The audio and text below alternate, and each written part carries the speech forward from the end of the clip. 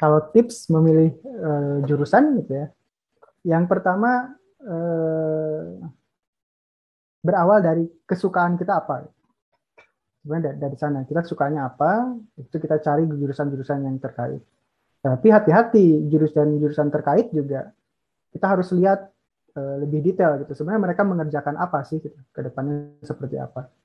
Karena kalau lihat jurusan astronomi, mungkin sebagian besar orang akan melihat, wah pasti noong gitu, noong teropong gitu kan malam-malam, tukang gadang dan lain-lain gitu. Ternyata yang dikerjakan oleh kita adalah matematik, fisika, ketemu integral, ketemu diferensial, uh, ya kimia juga ketemu. Mungkin kalau teman-teman ada peminatan ke riset tertentu, ketemu biologi juga, astrobiologi gitu ya, menemukan tanda-tanda kehidupan di luar angkasa sana. Jadi memang harus diperhatikan ketika kita suka, kita harus ada bergaining dengan realitanya seperti apa di jurusan itu. Karena sebagai contoh, misalnya teman saya masuk astronomi kenapa? Wah, karena dari kecil mereka dicekoki ensiklopedia gitu misalnya. Di luar gambar-gambar astronomi kan itu ya indah-indah gitu lah kalau dilihat, wah nebula kah, Saturnus kah dan lain-lain gitu. Tapi setelah masuk astronomi ternyata kita belajar di matematik, belajar programming dan lain-lain. Jadi itu harus yang pertama kita sukanya apa, terus kita benturkan dengan realita dari jurusan yang terkait itu seperti apa. Nah kemudian itu kan kita memilih gitu ya. Selanjutnya kita berusaha untuk mencapai pilihan itu. Nah kalau tips dari saya, tadi saya di awal menyebutkan saya suka fisika. Gitu. Kata yang saya gunakan adalah saya suka fisika, bukan berarti saya pinter fisika gitu. Jadi Suka. saya suka fisika, saya suka mendengarkan orang-orang menjelaskan alam alam gitu ya dengan matematik. Di fisisnya seperti ini, wah kok terlihat keren. Tapi ketika saya mencoba tetap aja nilainya ya nilai-nilai perbatasan gitu. Jadi selama SMA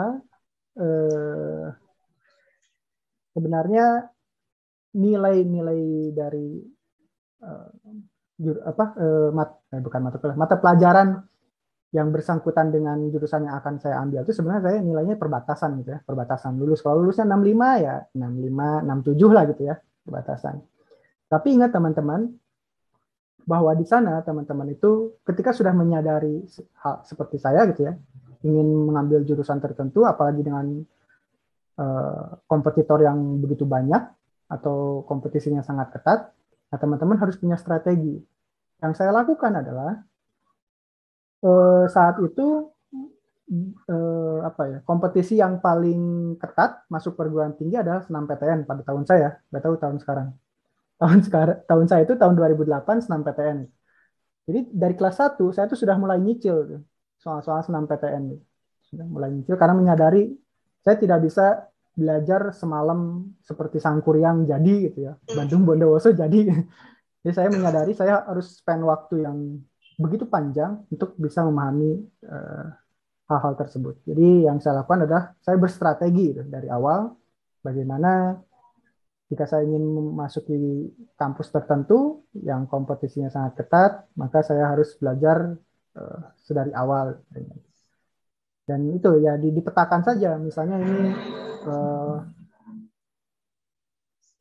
kompetisinya atau cara masuknya lewat tes atau lewat raport kan itu ada strateginya masing-masing. Jadi yang pertama ya teman-teman harus mengenali kemampuan teman-teman, kemudian dari sana bikin strateginya. Kurang lebih seperti itu yang saya alami.